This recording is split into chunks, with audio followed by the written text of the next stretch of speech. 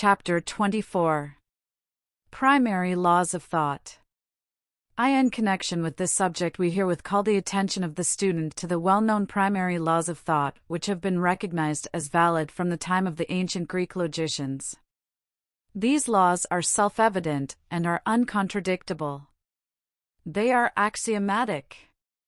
Jevons says of them, students are seldom able to see at first their full meaning and importance.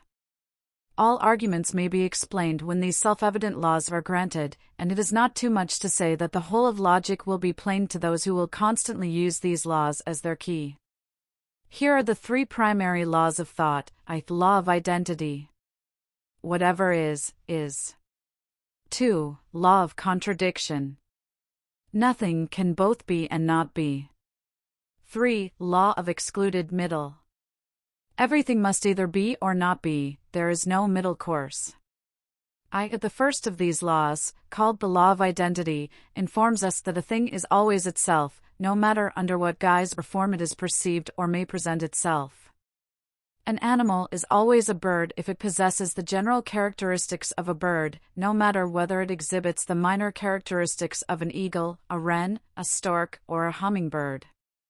In the same way, a whale is a mammal because it possesses the general characteristics of a mammal, notwithstanding that it swims in the water like a fish. Also, sweetness is always sweetness, whether manifested in sugar, honey, flowers, or products of coal tar. If a thing is that thing, then it is, and it cannot be logically claimed that it is not. 2. The second of these laws, called the law of contradiction, informs us that the same quality or class cannot be both affirmed and denied of a thing at the same time and place.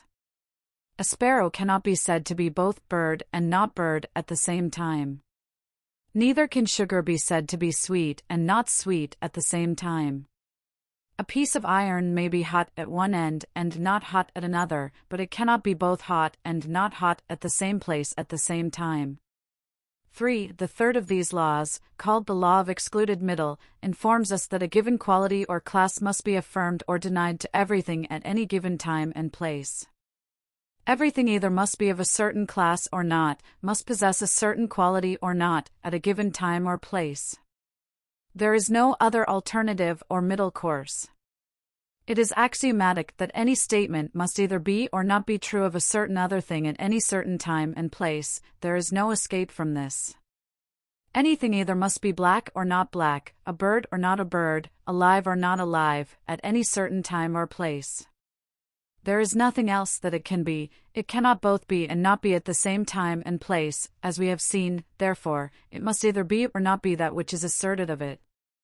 The judgment must decide which alternative, but it has only two possible choices. But the student must not confuse opposite qualities or things with notness. A thing may be black or not black, but it need not be white to be not black, for blue is likewise not black just as it is not white.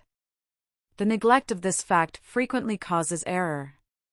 We must always affirm either the existence or non-existence of a quality in a thing, but this is far different from affirming or denying the existence of the opposite quality. Thus a thing may be not hard, and yet it does not follow that it is soft. It may be neither hard nor soft. Fallacious application. There exists what are known as fallacies of application of these primary laws. A fallacy is an unsound argument or conclusion.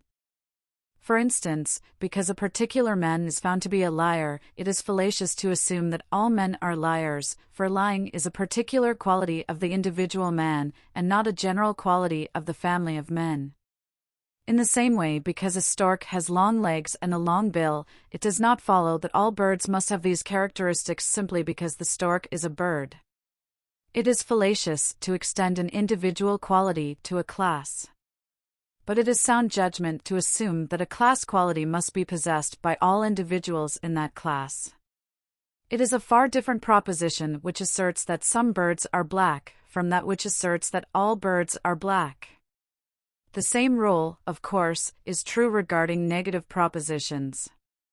Another fallacy is that which assumes that because the affirmative or negative proposition has not been, or cannot be, proved, it follows that the opposite proposition must be true.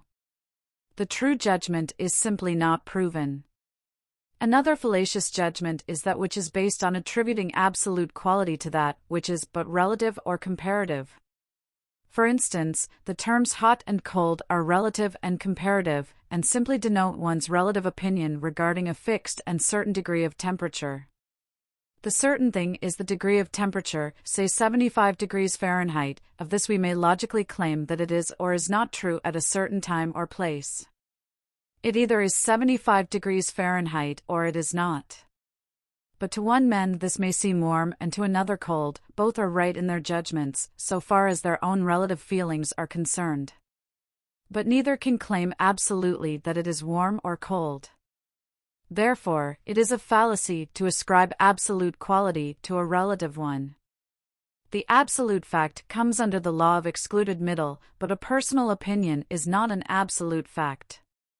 There are other fallacies which will be considered in other chapters of this book, under their appropriate heading.